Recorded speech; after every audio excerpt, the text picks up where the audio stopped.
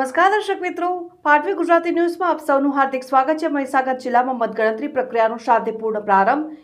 જિલ્લા ચૂંટણી અધિકારી અને કલેક્ટર સુધી આરતી સાગરે વીએન પંડ્યા કોલેજ ખાતે મતગણતરી કેન્દ્રનું કર્યું નિરીક્ષણ।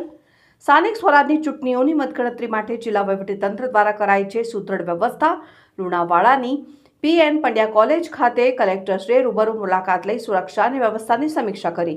મતગણતરી પ્રક્રિયા સંપૂર્ણ પારદર્શક, નિષ્પક્ષ અને સચોટ રીતે પૂર્ણ કરવા અધિકારીઓ કર્મચારીઓને આપ્યા જરૂરી દિશા નિર્દેશો।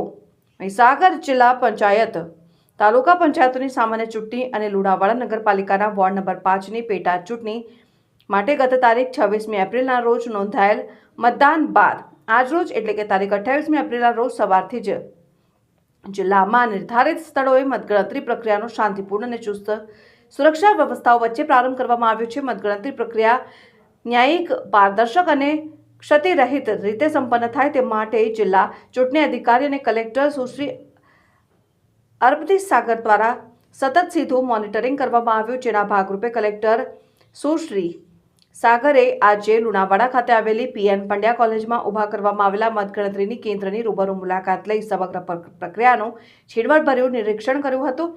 કલેક્ટરશ્રીએ ફરજ પર હાજર ચૂંટણી અધિકારીઓ, મદદનીશ ચૂંટણી અધિકારીઓ અને કાઉન્ટિંગ સ્ટાફ સાથે વાતચીત કરી હતી અને રાજ્ય ચૂંટણી આયોગની માર્ગદર્શિકા મુજબ મતગણતરી પ્રક્રિયા સંપૂર્ણ ચોકસાઈપૂર્વક અને ઝડપી રીતે પૂર્ણ કરવા માટે જરૂરી માર્ગદર્શન પૂરું પાડ્યું હતું।